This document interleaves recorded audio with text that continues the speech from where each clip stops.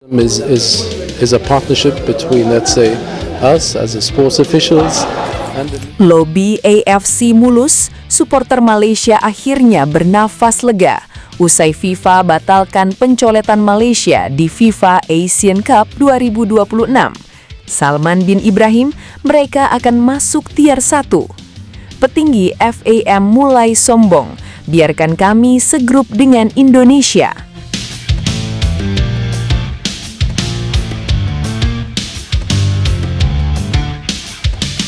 Beberapa hari terakhir, pembahasan soal FIFA Asian Cup memang masih terus menjadi perhatian pecinta sepak bola Asia Tenggara.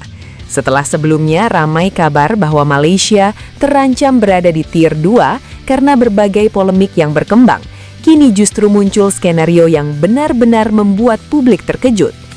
Bayangkan jika di detik-detik terakhir AFC berhasil melakukan lobi kepada FIFA hingga keputusan yang sebelumnya dianggap sudah final akhirnya berubah total.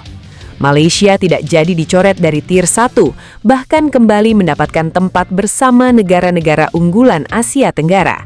Tentu saja, kabar seperti ini akan langsung membuat suasana berubah drastis.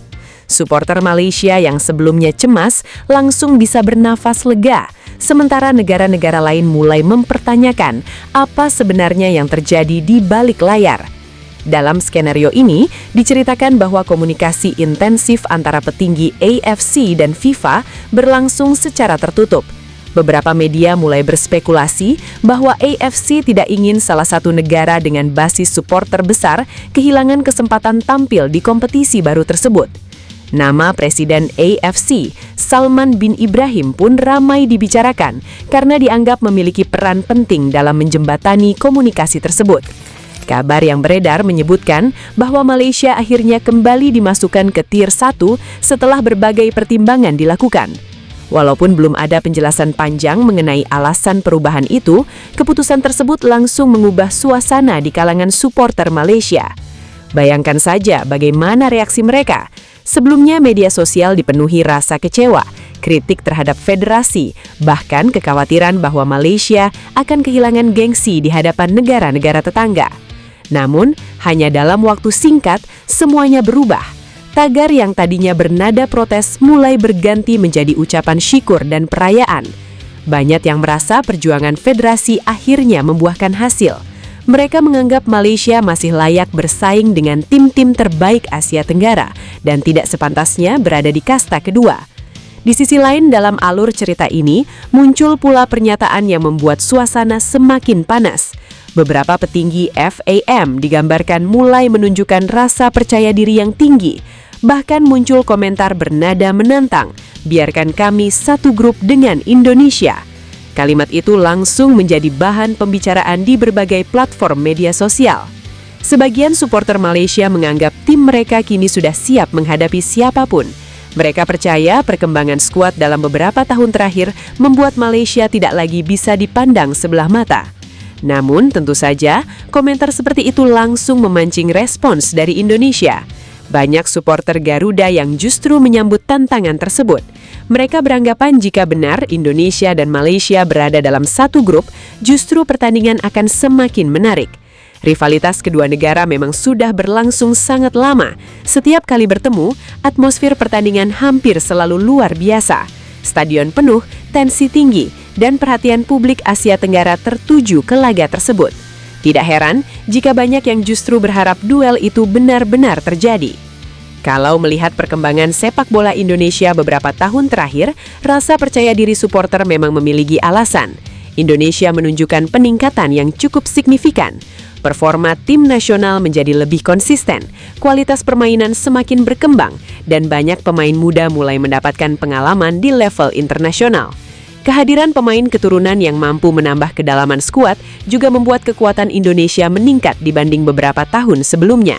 Semua itu membuat publik merasa Indonesia tidak perlu gentar menghadapi siapapun di Asia Tenggara. Di sisi Malaysia sendiri, mereka tentu juga memiliki modal yang tidak bisa dianggap remeh. Kompetisi domestik terus berusaha berkembang, regenerasi pemain berjalan, dan kualitas beberapa pemain muda mulai menunjukkan peningkatan. Dalam skenario ini, kepercayaan diri mereka semakin besar setelah status Tier 1 berhasil dipertahankan. Mereka merasa posisi tersebut membuktikan bahwa Malaysia masih termasuk salah satu kekuatan penting di kawasan. Yang membuat cerita semakin menarik adalah kemungkinan perang psikologis sebelum pertandingan dimulai. Jika kedua negara benar-benar berada dalam satu grup, bukan hanya pemain yang akan menjadi sorotan, pelatih, federasi, media, hingga supporter pasti ikut memanaskan suasana. Setiap pernyataan kecil bisa berubah menjadi perdebatan besar. Itulah yang selalu membuat rivalitas Indonesia melawan Malaysia berbeda dibanding pertandingan lainnya. Dari sisi FIFA Asian Cup sendiri, duel seperti ini tentu menjadi keuntungan besar dalam skenario tersebut. Turnamen baru membutuhkan pertandingan yang mampu menarik perhatian publik. Tidak banyak laga di Asia Tenggara yang memiliki rivalitas sebesar Indonesia melawan Malaysia. Jumlah penonton potensial tinggi, interaksi di media sosial meningkat, dan pemberitaan media juga akan semakin ramai. Secara komersial, pertandingan seperti ini jelas sangat menguntungkan. Namun ada pula pihak yang mempertanyakan perubahan keputusan itu. Dalam skenario ini, sebagian netizen menilai jika benar Malaysia sempat dicoret, lalu kembali dimasukkan karena lobby, maka hal tersebut berpotensi memunculkan pertanyaan soal konsistensi aturan. Mereka beranggapan bahwa semua peserta seharusnya diperlakukan dengan standar yang sama. Jika ada perubahan keputusan, tentu publik akan menuntut penjelasan yang jelas agar tidak menimbulkan spekulasi. Terlepas dari semua kontroversi itu, perhatian publik akhirnya kembali tertuju pada satu hal, yaitu kualitas di atas lapangan. Pada akhirnya, siapapun yang berada di Tier 1 tetap harus membuktikan kemampuannya melalui pertandingan. Nama besar tidak menjamin kemenangan, lobby tidak mencetak gol. Yang menentukan hasil tetaplah performa selama 90 menit di lapangan hijau. Kalau Indonesia dan Malaysia benar-benar dipertemukan dalam satu grup, pertandingan itu dipastikan akan menjadi salah satu laga paling ditunggu di FIFA Asian Cup. Kedua tim sama-sama memiliki motivasi besar untuk menunjukkan siapa yang lebih layak disebut sebagai kekuatan utama Asia Tenggara. Tekanan akan sangat tinggi, tetapi justru itulah yang membuat pertandingan semakin menarik untuk disaksikan. Jadi bagaimana menurut kalian? Jika dalam skenario ini Malaysia benar-benar kembali ke Tier 1 dan bahkan menantang Indonesia untuk satu grup, siapa yang lebih diunggulkan memenangkan pertandingan? Apakah Indonesia mampu melanjutkan tren positifnya, atau justru Malaysia berhasil membuktikan bahwa rasa percaya diri mereka memang pantas? Tulis pendapat kalian di kolom komentar, karena rivalitas Indonesia melawan Malaysia sepertinya tidak akan pernah kehilangan cerita untuk dibahas. Jangan lupa komen di bawah ya.